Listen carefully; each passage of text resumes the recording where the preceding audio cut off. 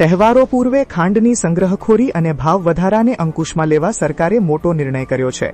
1 સપ્ટેમ્બરથી 30 નવેમ્બર 2026 સુધી 10 મેટ્રિક ટનથી વધુ માસિક વપરાશ ધરાવતા મોટા વ્યાપારીઓ 15 દિવસથી વધુનો ખાંડનો સ્ટોક રાખી શકશે નહીં।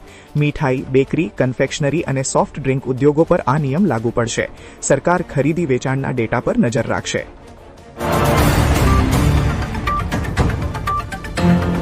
ભારતીય સેનાના ઓપરેશન સિંદૂરમાં તબાહ થયેલું જૈશ-એ મોહમ્મદનું બહાવલપુર સ્થિત મુખ્ય મથક ફરી સક્રિય થયું છે।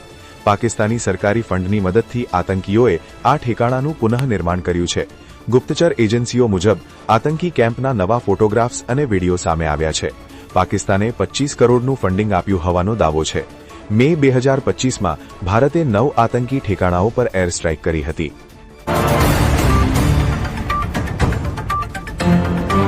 આગામી સપ્તાહે 24 થી 30 ઓગસ્ટ 2024 દરમિયાન દેશના વિવિધ રાજ્યોમાં બેંકો કુલ 4 દિવસ બંધ રહેશે।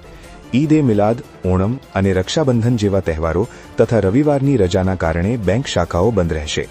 29 ઓગસ્ટે 5મો શનિવાર હોવાથી બેંકો ખુલ્લી રહેશે, જો કે ઓનલાઇન બેન્કિંગ અને એટીએમ સેવાઓ રાબેતા મુજબ ચાલુ રહેશે।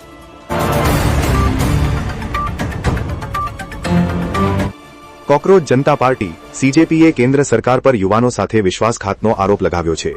સીજેપીએ ચેતવણી આપી છે કે જો 25 જુલાઈની સમજૂતી મુજબ નીટ પરીક્ષા વિવાદના કેસ પાછા ખેંચવા અને મૃતક વિદ્યાર્થીઓના પરિવારોને વળતર આપવાના વચનો પૂરા નહીં થાય તો દેશભરમાં ફરી શાંતિપૂર્ણ આંદોલન શરૂ કરાશે। સુપ્રીમ કોર્ટમાં એફઆઈઆર યાદી ન આપતા સીજેપીની 24 ઓગસ્ટે બેઠક યોજાશે। ભાજપ સાંસદ કંગના રનૌત અને બાબા રામદેવ વચ્ચે શાબ્દિક યુદ્ધ વધુ ઘેરું બન્યું છે। મારી યુવાની કે બેડરૂમ વિશે સપના ન જુઓ કહી કંગનાએ રામદેવ પર પ્રહાર કર્યો હતો, જેના જવાબમાં બાબા રામદેવે કંગનાને તુચ્છ વ્યક્તિ ગણાવી। જનરેશન ગટર નિવેદનથી શરૂ થયેલો આ વિવાદ હવે ઉગ્ર બન્યો છે, જો કે રામદેવે તેને વધારવાનો ઇનકાર કર્યો છે।